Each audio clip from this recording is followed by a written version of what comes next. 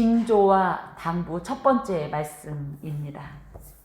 본문은 마태복음의 특별한 구성 중에 하나가 이 5 부분으로 나누어서 그때그때마다의 예수님의 어떤 이런 교훈들을 또 행적들을 이렇게 구분하는 그런 특징이 있습니다. 이것은 마치 이 마태복음 자체가 유대인들을 향한 것들이기 때문에 유대인들에게 가장 익숙한 모세 오경과 같은 어떤 그런 특정 구조로 구성되어 있는데, 특별히 이제 감람산 강화다 해서 24장부터 이 마지막에 있을 내용을 주께서 그 징조와 또 그에 해당되는 어떤 당부의 예언의 말씀을 주십니다. 그 내용을 기록합니다. 이것은 마치 신명기 31장에서 32장에 모세가 출애굽의 사명을 마치고 가나안 입성을 앞둔 이스라엘에게 고별 설교를 하듯이, 또 여호수아 23장에서 24장의 여호수아가 약속의 땅 가나안을 정복하고 각 지파별로 땅 분배를 마친 후에 이제부터는 여호와만을 청종하고 당부하도록 고별 설교를 하듯이 예수님께서 또 그런 형태로 주의 사랑하는 제자들, 그 당시에 그 시점에서의 제자들도 있지만 이후에 주를 따르는 모든 제자들에게 당부하시는 고별 설교와 유사하다, 이렇게 이해할 수 있습니다. 특별히 이 내용에는 예수께서 죽음과 부활 승천으로 말미암아 이 땅에서, 이 역사 가운데서 육안으로 볼 때 당신의 부재의 상황이죠. 그럴 때에 이런 닥쳐올 상황에 대해서 제자들을 준비시켜서 예수님의 이 초림과 재림 사이를 살아가는 어떤 모습이 어떠해야 되는가, 어떤 태도로 가야 되는가를 교훈하고 계시고, 더하여서 이것은 장차 닥칠 일에 대해 미리 예고하면서 이에 대비하도록, 그래서 실족하지 아니하고 이탈되지 아니하고 마침내 하나님께서 목적하시는 것에 저희가 이룰 수 있도록 그렇게 당부하시는 가르침이다 할 수 있겠습니다. 3절부터 보면 예수께서 감람산 위에 앉으셨을 때에, 그래서 제자들의 질문이 나오는데 이 질문은 왜 나왔냐 하면은 24장 2절까지의 예수님의 이 외식하는 자들 때문에, 외식하는, 그러니까 비단 바리새인들이나 서기관들, 종교 지도자들도 있지만 사실은 전 유대인들이, 전 유대가 하나님 앞에서 온전치 못한 어떤 이런 모습을 보면서 예수님께서 어떤 말씀을 하셨냐면 이 돌 하나도 돌 위에 남지 않고 다 무너뜨려지겠다는 성전 멸망을 예언하십니다. 이 소리를 듣고 제자들이 무척 충격을 받았어요. 왜냐하면 이들은 절대 하나님의 임재, 하나님의 장막이라고 일컬어지는 예루살렘 성전이 망할 일은 없다라고 생각을 했는데 뜻밖의 말씀을 하시니 제자들이 당연히 당황할 수밖에 없습니다. 특별히 감람산은 어디냐면 예루살렘 성전이 보이는 맞은편 동산, 그래서 그곳에는 감람나무가 많이 있어서 그곳을 이제 감람산이라고 하는데, 여기에 앉았다라고 할 때 보통 저희는 선생님들이 서고 제자들은 앉죠. 저희들의 이 교수 이 형태는. 하지만 그곳에는 랍비는 앉았다 할 때 가르칠 준비가 되어 있다라는 뜻을 갖고 있어요. 그래서 예수님께서 그래서 이것을 감람산 강화라고 하는데, 제자들에게 본격적으로 이 모든 것에 대해서 말씀하실 준비를 마치시고 이제 본격적인 가르침을 주시는 것으로 저희가 감람산 위에 앉으셨다라고는 말을 이해할 수 있는데, 특별히 이 지리적으로는 이 감람산은 예루살렘 성전이 한눈에 보이는 장소입니다. 그래서 그들이 지금 그 맞은편에 보이는 예루살렘 성전을 보니 얼마나 멋지고 얼마나 아름다운데 이런 말씀을 하시는가 하는 이런 내용을 함께 품고 있습니다. 우리가 생각할 때는 아까도 말씀드린 것처럼 절대 교회는 망하지 않는다. 맞습니까?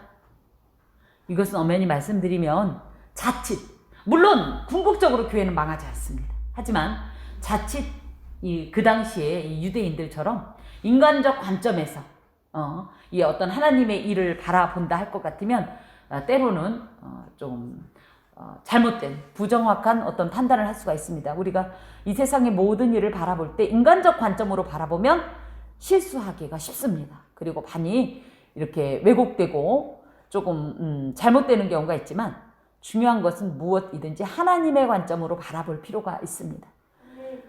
예수님의 관점으로 볼 때 이 성전은 이제 이 성전 대신 예수께서 친히 한 영원하고 완전한 제사를 지내시기 때문에 그 제사를 이어갈 이유가 없기 때문에도 이 성전이 필요하지 않았던 거예요. 그런데 그것을 인간적인 관점으로 해석하면 이것이 큰 멸망이고 그냥 단순한 어떤 재앙일 수 있지만 예수님의 이 관점으로 볼 때는 이것은 비단 그런 의미만은 갖지 않았다라는 거죠. 우리 일상에서 일어나는 수많은 일들을 인간적인 관점으로 이해하지 마시고 늘 하나님 이건 무슨 뜻입니까? 하나님은 왜 이 일을 내게 주십니까? 이렇게 질문할 수 있는 성숙한 어떤 질문을 하시기 바랍니다. 그러면서 제자들이 조용히 와서 이르되 우리에게 이르소서. 제자들이 질문하는데 첫 번째 어떤 질문을 하냐면 어느 때에 이런 일이 있겠습니까?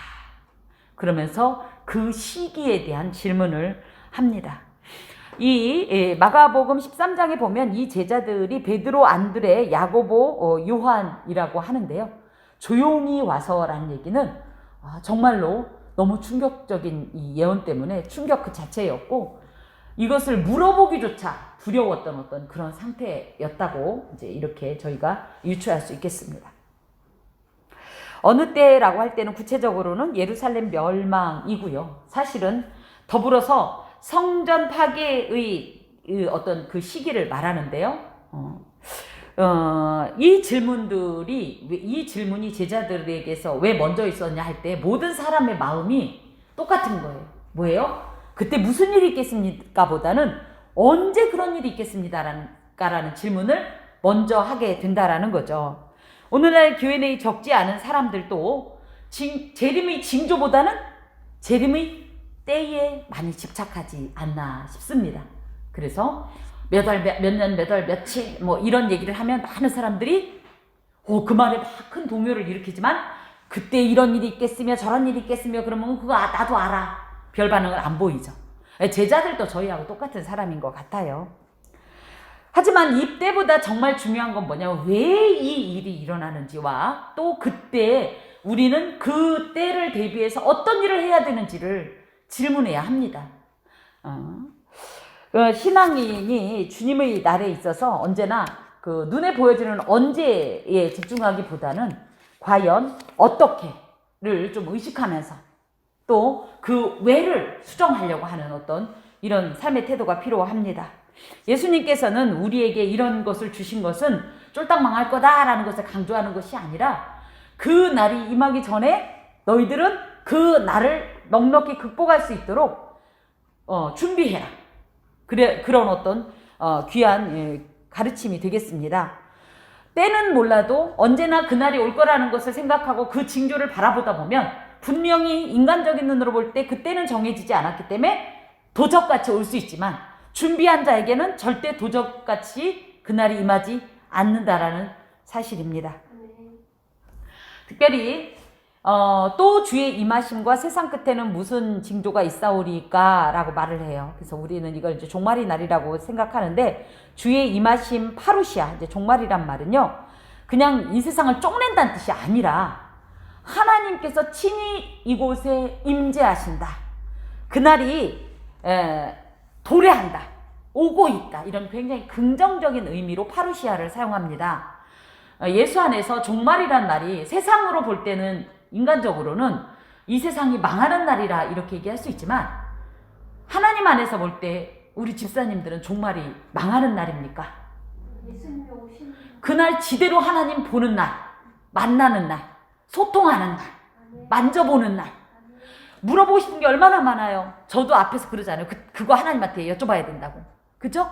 모든 의문과 모든 의혹과 모든 연약함이 다 풀리는 날, 해소되는 날이에요. 그렇기 때문에 주 안에 있는 자들에게 파루시아, 종말은 결코 부정적이지 않습니다. 특별히 이 파루시아란 말은요, 예전에 이 황제나 왕 또 치리자들이 자신의 관할 지역이나 도시에 방문하는 일을 일컬을 때 사용했던 말로 그 도시민 입장에서 우리는 요즘 뭐 TV 워낙 매체가 발달이 되다 보니까 뭐 지도자들 얼굴 날마다 보고 그러죠. 하지만 그 당시만 해도 우리 그 드라마 같은 거, 역사 드라마 같은 거 보면 어때요? 물러거라 임금님이 나타나시면 그 임금님 한번 보려고 막 그 길에 다 사람들이 다 나가잖아요. 똑같은 거예요. 그래서 그 땅을 이 통치하는 통치자가 온다라는 것은 이 거민의 입장에서는 어마어마한 영광스럽고 복된 일이었습니다.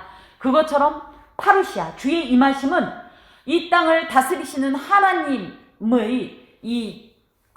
정말 귀한 이 얼굴을 뵙는 그런 날이기 때문에 굉장히 영화롭고 복된 날이다. 그런데 이 제자들은요, 이 파루시아를 지금 우리처럼 이해하지 않고 예수께서 정치적인 메시아가 돼서 이렇게 당신의 이 나라에 오시는 그날을 말했어요. 그래서 이 제자들은 아직도 예수님의 부활 승천 이후의 재림보다는 이 초림 안에서 그 일이 일어날 거라고 생각을 했고 그날을 지금 꿈꾸고 있는 겁니다. 하지만 예수께서 주시는 이 파루시아는 영광스러운 왕권을 가지고 오시는 예수님의 재림을 의미합니다. 또 세상 끝이다 라고 얘기할 때는 제자들은 예루살렘 멸망과 성전 파괴였지만 예수님께서는 그 파루시아와 마찬가지로 재림주로 오시는 때였고요. 또 다만 믿지 않는 이들에게는 온 우주적 멸망과 심판의 때라는 사실이에요. 그래서 주님의 재림, 주님의 초림도 그렇지만 재림도 어떤 예언의 이중성을 갖고 있다. 믿는 우리에게는 그 소망하는 주님의 얼굴을 뵙는 날이지만 믿지 않는 이들에게는 재앙의 날이요, 저주의 날이요, 죽음의 날이라는 사실입니다. 예수님께서는 분명히 제자들이 뭘 질문했냐면 언제 그 일이 있겠습니까? 라고 때에 대해서 질문했지만 그런 어떤 제자들의 때에 대한 질문에 대해서 직접적으로 답변하지 않고 오히려 그 때를 유추할 수 있는 다양한 어떤 여러 가지 징조를 통해서 답변을 대신합니다. 자, 4절 보면 첫 번째 그 종말, 즉 예루살렘 멸망이라고 할 때는 역사적인 예루살렘 멸망도 해당이 되지만 궁극적으로는 이 땅의 이 마지막 날이 가까울 때 일어나는 징조들에 대한 예언인데요. 첫 번째 어떤 일이 있냐면 너희가 사람의 미혹을 받지 않도록 주의하라. 많은 사람이 내 이름으로 와서 이르되 나는 그리스도라 하여 많은 사람을 미혹하리라. 그래서 거짓 그리스도의 출현과 또 이들이 그냥 있으면 알아서 사람들이 몰려가는 게 아니라 적극적으로 미혹하는 어떤 행동들을 의미합니다. 그래서 그때 상황에서 믿는 우리는 뭘 해야 되냐면 4절의 주의해야 합니다. 뭘? 미혹받지 않도록. 특별히 주의하다라는 뜻은요, 항상이에요. 항상 눈을 크게 뜨고 살피면서 잘 분별하라는 뜻을 가지고 있습니다. 거짓 그리스도들과 이단들이 성도를 잘못된 길로 이끌 때 정신 차려 조심하지 않으면 미혹되기가 쉬운 것이 웬만해선 그들을 막을 수가 없는 것이 아니라 웬만해선 그들을 분별하기가 쉽지 않습니다.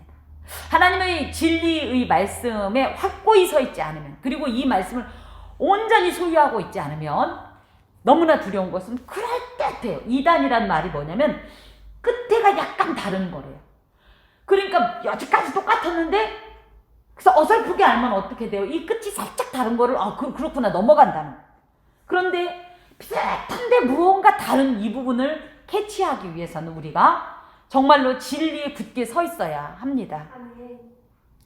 특별히 미혹을 받지라고 하는 이 플라나오라는 말은요, 지식과 분별력이 없는 사람을 잘못된 길로 이끌어 멸망하게 하는 동사인데 그것을 수동적으로, 그러니까 적절히 소극적으로가 아니라 적극적으로 아주 열정적으로 행할 것이라는 사실입니다. 신도림역 앞에 여호와 증인이라는 사람들이요, 비가 오나 눈이 오나 바람이 부나 그곳에 항상 서 있어요.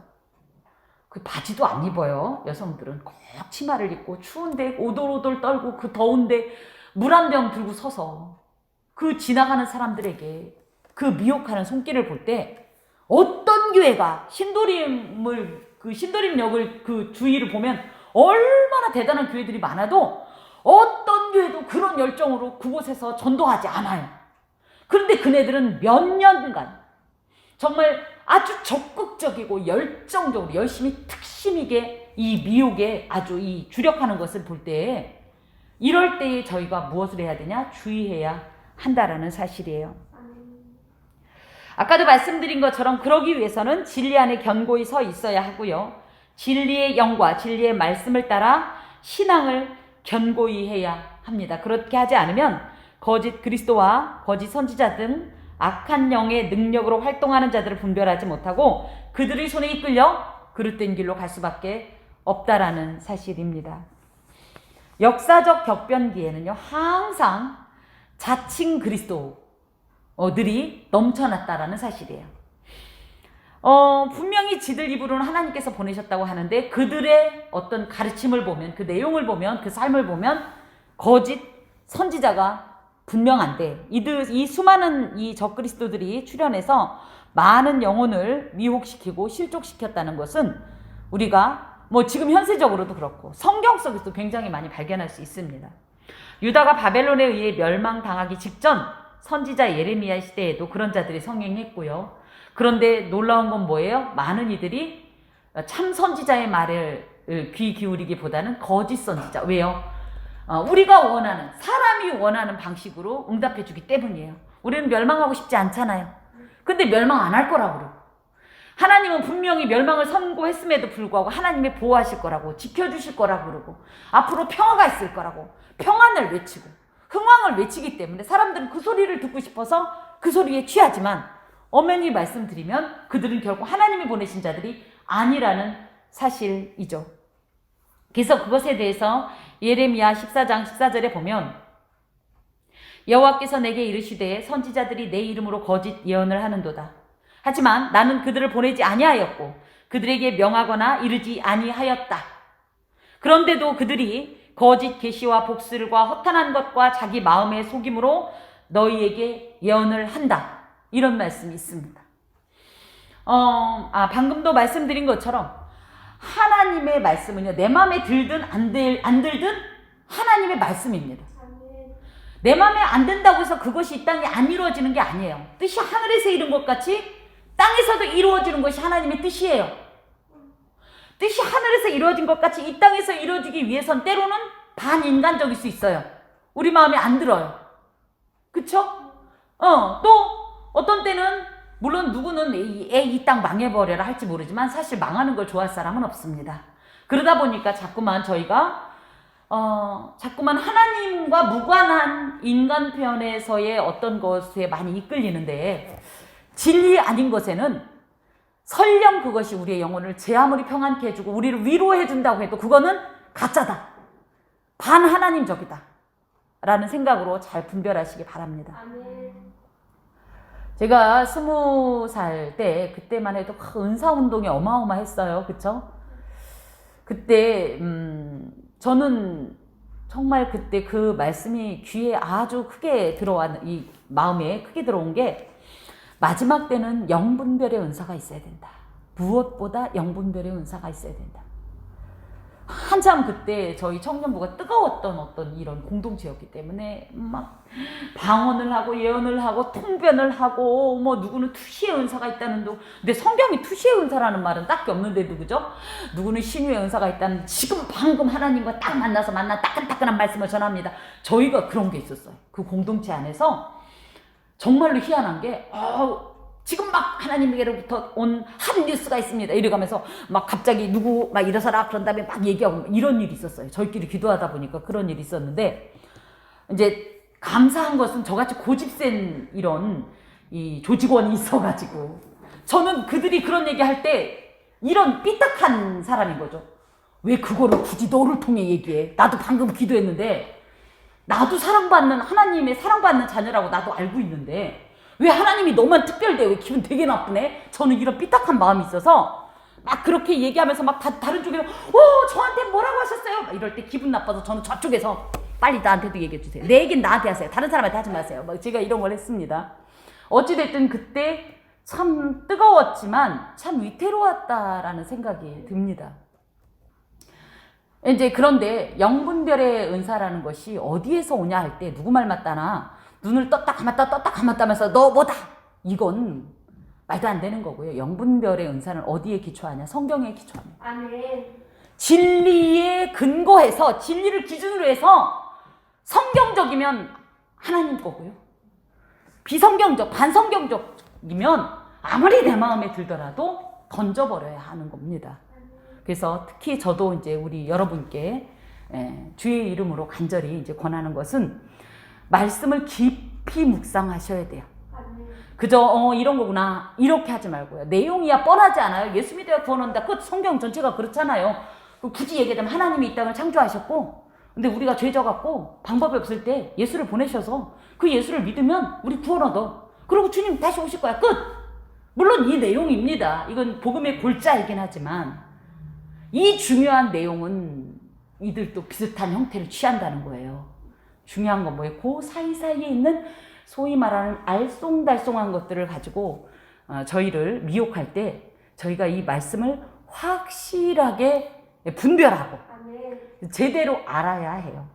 안다라는 것이 지식적인 것이 아니라 성령 안에서 성령의 감동으로 이 모든 것에 대해서 읽어야 되고요. 또 받아야 되고요. 기억해야 돼요. 그리고 적용해야 합니다. 이런 일들이 멀리 있냐? 그렇지 않았죠. 우리나라가 특히 자칭 예수가 많은 이 세계적으로 아주 많은 나라에 속하는데요. 대표적으로 뭐 박태선, 영생교회 조희성, 또 누가 있습니까? 통일교 문선명, 또 누구 있습니까? 요즘 아주 혀 짧은 노약자 이만희, 또 뭡니까? 아주 성적으로 그냥 무슨 생마도 아닌 정명석. 야, 요즘 이거 들어보셨어요? 유튜버 K라는 존재가 있어요. 이게 이제 천상지천이라는, 참나. 유튜브로요, 하나님의 말씀도 아니게 전하면서요, 이 말씀 속에 이런 말씀을 넣어서 죄송합니다. 정말 개발세발, 역겹고 더럽고 유치하고요, 말도 안 되는 말로요. 특히 유튜브에 많이 접속하는 젊은 청년들을 미혹해서요. 예, 한번 찾아보세요. 천상지천이라는 유튜버가 있습니다. 가서 들어보지 마시고 이런 아주 젊은 남자예요. 참나. 제가 너무 기가 막혀가지고 우리가 잘 알고 있는 사람들 외에 뭐 예전에는 뭐 그 어떤 아줌마인지 무슨 하얀 꽃가옷 그저 드레스 비슷한 거 입고 아가동산인가 뭐 이것도 하여튼 적그리스도도 뭐 그 천상지천 그 아이도 지가 하나님이 보낸 누구라고 엄청나게 떠듭니다. 뭐 이런 얘들이 아주 많이 있는데 저희가 이렇게 맨정신으로 볼 때 어떻게 저거에 넘어갈까 할지 모르지만 이건 영적인 일이기 때문에요. 미혹당하지 않도록 저희가 늘 진리의 말씀을 분별할 필요가 있습니다. 아멘. 또 6절에서 보면 난리와 난리 소문을 듣겠으나 난리라고 할 때는 그냥 단순한 소동 정도가 아니라 전쟁을 의미해요. 또 너희는 삼가 두려워하지 말라 이런 일이 있어야 하되 아직 끝은 아니니라 민족이 민족을 나라가 나라를 대적하여 일어날 것이다. 그래서 나라와 나라별로 국가와 국가별 이 전쟁이 있고요. 또 이 안에 보면 민족이 민족을 그래서 민족끼리 내란 등이 아주 지금 그래서 국내의 적대적 세력들 간에 벌어지는 쟁투가 있습니다. 이념적인 것이 있죠. 우리나라는 대표적으로 이제 한국 전쟁이 이 둘에 해당이 되죠. 내전이기도 하고 또 이념전이기도 하고요. 또 종교적 신념의 종교전. 그래서 그 아랍계 뭐죠? 아주 무시무시한 그 살인 집단이 있죠. 예. 이 얘네들 같은 경우도 이제 자기의 이슬람 이 세력을 확장하기 위해서 이들은 전체가 다 전사예요, 전사. 그래서 이슬람권에 대해서 저희가 명확하게 알고 주의 사랑으로 무조건 품는 게 능사가 아니라는 사실이에요. 이런 것들이 있고요. 또 이런 것뿐 아니라 보수와 진보 등의 정치 전쟁 이것도 일종의 전쟁입니다. 또 우리가 지난주에도 살폈듯이 성별 간의 이 어떤 심각한 이런 어떤 양분, 그죠? 직업적인 것도, 그쵸? 또 각 계층별로, 그래서 부자와 가난한 자들이 서로가, 부자는 가난한 자를 압제하고 멸시하고, 또 가난한 자는 부자들을 저주하고 이를 갈고 비방하는 이런 모든 것들이 그 어느 때보다도 아주 심각한 상황이 된다라는 거예요. 이런 얘기 쭉 듣다 보면 주님이 말씀하신 그때가 언제인 것 같아요? 지금. 예. 그렇게 따지면 정말 매우 가까이 왔다라는 사실은 부정할 수 없는 사실입니다. 정말 직전에 각종 전쟁들이 집중적으로 발생할 것입니다. 미얀마 그 군부 사태 같은 것도, 그쵸? 그리고 사람들이 정말 잔혹하고, 아끼지 않고, 생명을 아끼지 않고 귀히 여기지 않는 이런 모습들. 그럴 때에 너희들이 할 게 있다. 아까 미혹을 받지 않도록 주의하라 그랬으면 6절에 보면 그럴 때 뭐 해야 되면 두려워하지 말아야 한다라는 사실입니다. 6절 중간에 3과 두려워하지 말라. 너희는 두려워하지 말라라는 것은 놀라거나 두려워 호들갑을 떨면서 소리치지 말라. 첫 번째, 왜 그러지 말아야 되냐? 올 것이 왔구나.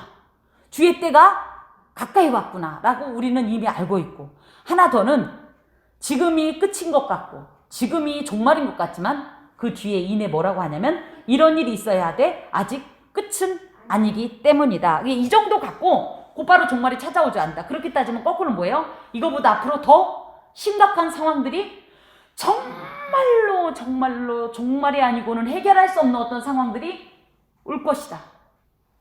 그러니 그날에 대비해서 우리가 어떻게 신앙생활을 해야 되고 어떻게 대비해야 될지는 우리 스스로가 갖는 그 마음 가운데 해답이 있다고 봅니다. 그러면서 8절에 이 모든 것이 재난의 시작이니라. 그 바로 전에 안 읽었네. 7절 보면 곳곳에 기근과 지진이 있을 것이다. 그래서 기근과 지진도 뭐예요? 이런 자연재해도 주님이 오시는 그 파루시아의 징조라는 거죠. 이것은 범세계적인 어떤 이제 현상으로 이해할 수 있는데요. 요즘도 갑자기 그동안 화산에는 그죠, 사화산이 있잖아요. 그리고 그죠, 그러다가 활화산, 요즘 화산 폭발이, 그죠. 이거 화산이 폭발하는 게 뭐가 문제냐? 그것으로 인해서 그 주변의 피해가 만만치 않고요. 또 우리가 이 단어를 안 지가 한 10년 정도 됐나요? 쓰나미라는 말도요. 이런 엄청난 불가항력적인 자연재해들이 처처에서 일어난다라는 거죠. 실제적인 거기다 대고 이런 실제적인 자연재해로서의 기근과 지진이 있는가 하면 전쟁과 같은 인공재해로 인한 굶주림도 기근과 재난에 속합니다. 핵전쟁이 일어났어요. 예를 들어 그러면 그것 때문에 농작물이 다, 그쵸? 지금 일본에서 그 악한 것을 방류한다고 그러니까 뭐예요? 결국 우리 먹을 것이 점점점, 그죠? 오염되니까 못 먹게 되고, 이것도 다 해당이 되는 거예요. 그래서 그냥 막연히 자연재해뿐 아니라 세상이 돌아가는 양상을 보면 보인다는 거죠. 특별히 여기서 재난이라는 말은 오딘이라는 말로 그냥 조금 어려운 정도가 아니라 참을 수 없는 고통으로, 어떤 고통에 이 비유를 하냐면 분만할 때의 그 산부가 겪는 그 심각하고 견디기 힘든 이런 고통을 말합니다.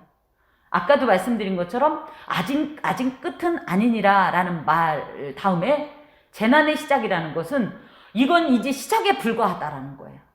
정말 자연 분만을 해도 그렇고 인공 분만을 해도 그렇고 그 자녀를 출산하는 것이 정말 쉽지 않은데요. 저도 제가 생각할 때 지금까지 아파본 것 중에 가장 아팠던 것이 이 출산의 고통이었거든요. 이런 고통이 사실은 이런 고통과 같은 고통이 이제 이런 징조와 더불어서 찾아온다라는 거죠. 그런데 기억할 것이 있습니다.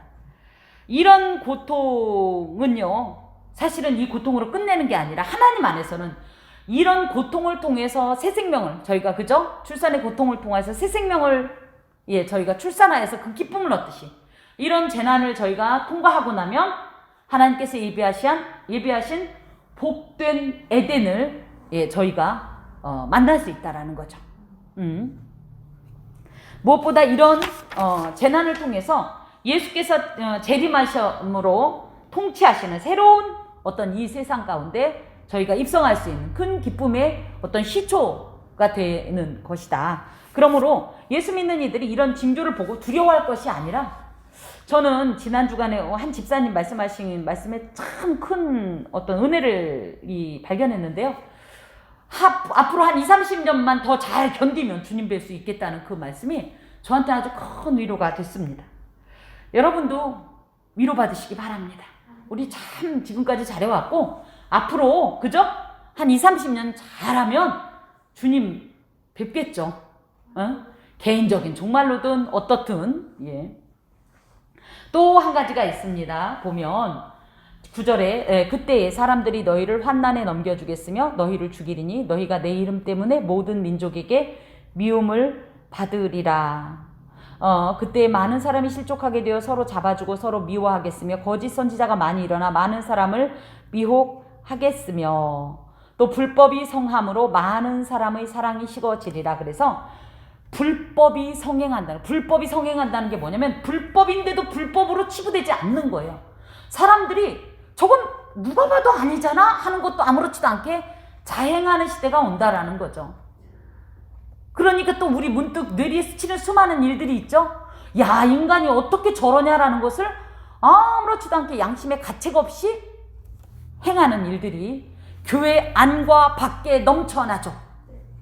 또 인간애의 실종. 그래서 지금도 그렇잖아요. 우리나라 지금 여러 사회의 면을 장식하는 뉴스들 보면 어떻게 사람으로서 이렇게 잔혹할까. 지난주간에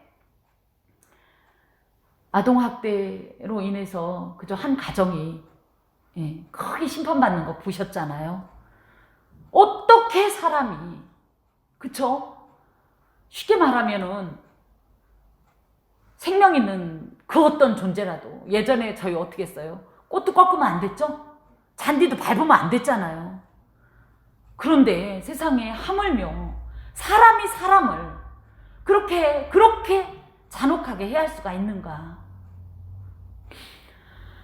자, 이것은 이 초대교회 성도들이 받은 핍박을 1차적으로 의미합니다. 그래서 보면 그때 야고보 사도가 헤롯의 칼에 참수당한 일이 있었고요. 로마 황제들이 네로, 도미티안, 트라이안, 수많은 네로 황제들이 약 250년에 걸쳐서 기독교인들을 대대적으로 박해했었어요.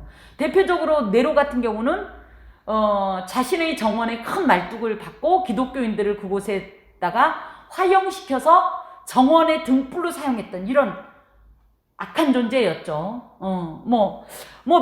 도미티안 황제 같은 경우도 막 사자의 막 그 굴에 집어넣기도 하고 굶주린 사자들과 싸워서 그 밥이 되게 하기도 하고 그 초대교회사를 보면 거기에는 수많은 그 아주 독한 맹독을 가진 독사들이 우글거리는 어떤 곳에 예수 믿는 이들을 쳐넣기도 하고요. 실제로 그 자녀들이 보는 앞에서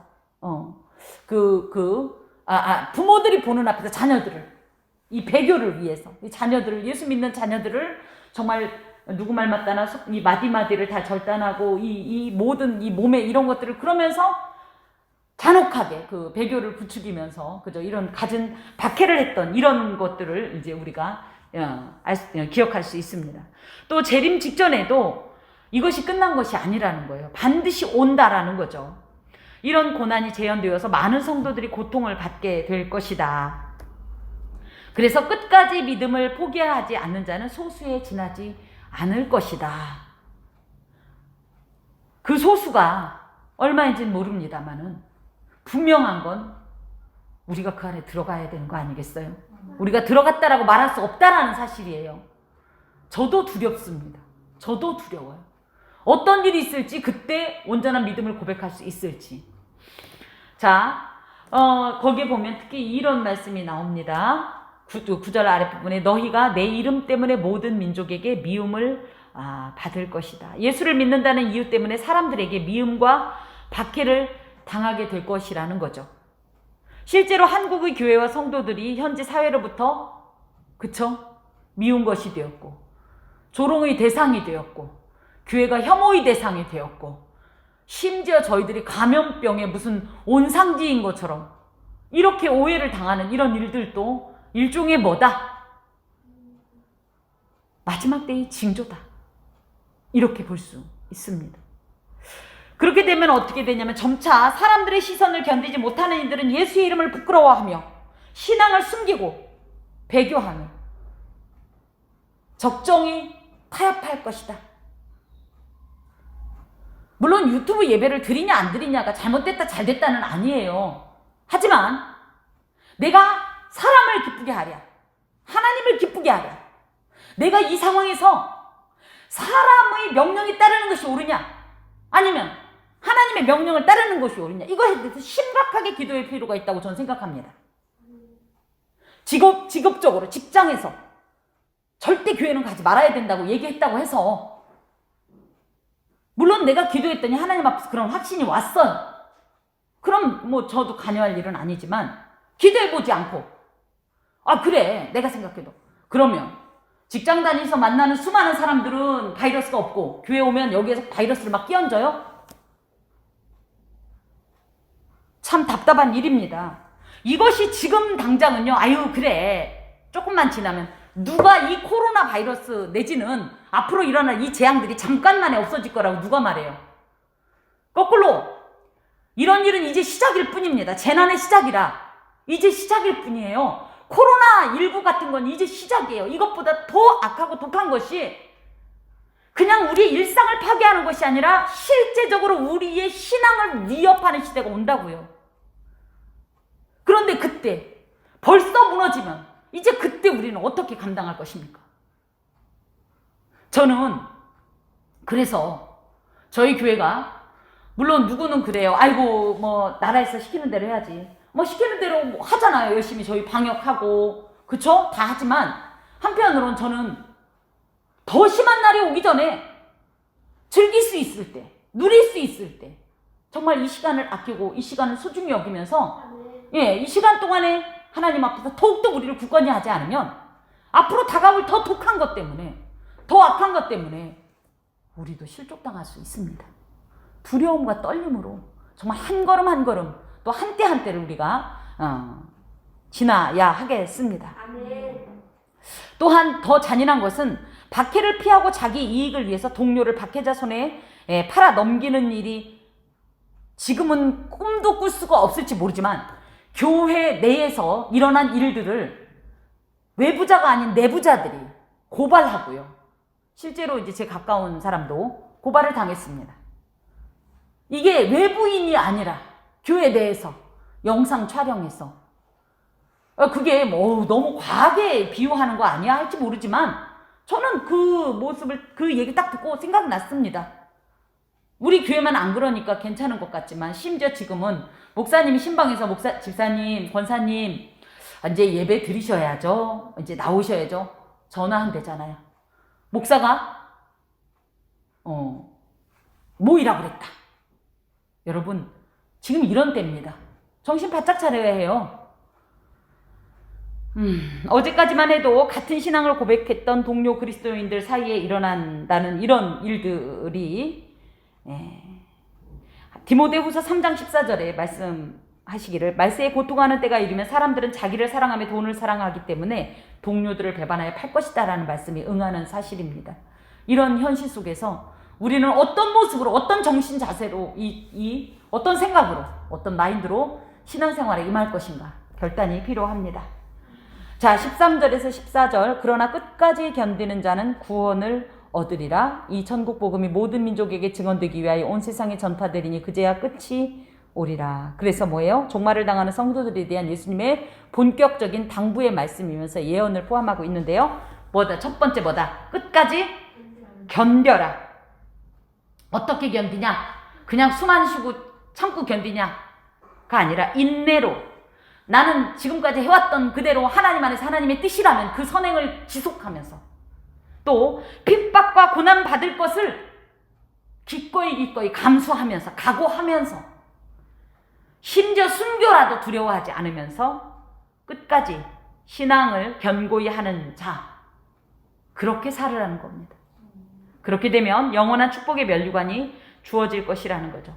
성도가 견디어서 구원을 받는 한계, 즉 끝은 주님의 이름 때문에 다른 모든 사람들로부터 미움을 받고 또 주위의 많은 사람들이 하나님에 대한 신앙과 사랑과 믿음을 저버리는 그 상황의 끝에 이를지라도 우리는 견뎌낸다 하는 이 말은요, 그냥 참는다는 뜻이 아니라 그 자리를 이탈하지 않고 계속 그 자리를 고수한다는 뜻을 갖고 있어요.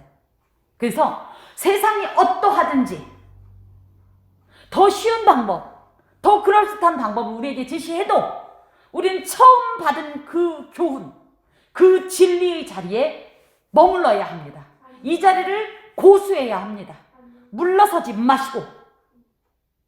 지금 이 말씀이 끝까지 견디는 자의 어떤 태도라고 하겠습니다. 물론 이것은 극심한 고통과 아픔을 수반할 것입니다. 그럼에도 과연 이렇게 하나님 앞에서 견딜 때에 이것이 가장 복되고 값진 것이라는 사실을 기억하시기 바랍니다. 두 번째, 천국 복음이 모든 민족과 온 세상에 증언되고 전파될 것이라는 말씀을 하십니다. 이 모든 민족, 온 세상이라는 표현은 살아있는 모든 사람들이 거주하는 전 영역을 의미하고 그곳에 다 복음이 전파될 때에야 그 끝이 올 것이라는 사실입니다. 모든 민족에게 복음이 전파되기 위해서는 그럼 어떻게 해야 될까요? 시간을 보내면 될까요? 예수님께서는 그래서 마태복음 28장 그죠 19절에 그러므로 너희는 가서 모든 족속으로 제자를 삼고 그쵸? 아버지와 아들의 이름으로 세례를 주고 하면서 우리에겐 그냥 우리 개인적으로는 끝까지 견디는 것이 있는가 하면 하나님 안에서 조금 더 적극적이고 능동적인 태도는 뭐냐 할 때 그 끝을 만나기 위해서 끝까지, 그 끝이라는 것은 지리적인 그저 어떤 영역적인 뜻도 포함하고 있는데 끝까지 가서 복음을 능동적으로 전파하라는 명령입니다.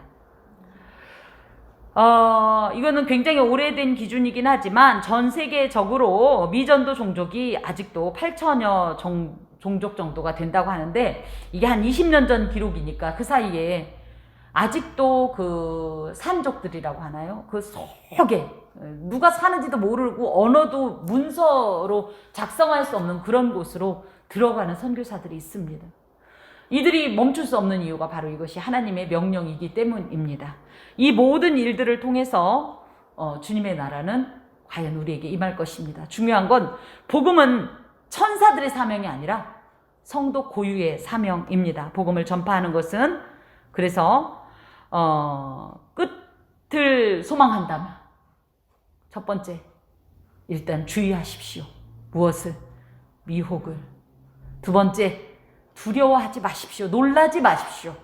어차피 이것은 하나님의 모든 주권 아래 하나님께서 이미 말씀하신 것들이 성취되는 겁니다. 또 더하여서 끝까지 견뎌야 합니다. 신앙의 자리를 이탈하지 말고 믿음 바 처음 잡은 그 마음을 붙잡아야 합니다. 마지막으로 주의 복음이 전파되는 그 곳에 우리가 서 있어야 합니다. 여러 방법이 있습니다. 기도로, 또 물질로, 또 실제적으로. 그 끝이라고 할 때는 누구는 이런 말 해요. 끝은 나를 기준으로 뭐냐면 내가 시작이고 내가 끝이라는 거예요. 뭐가 시작돼서 나로부터 시작돼서 그죠?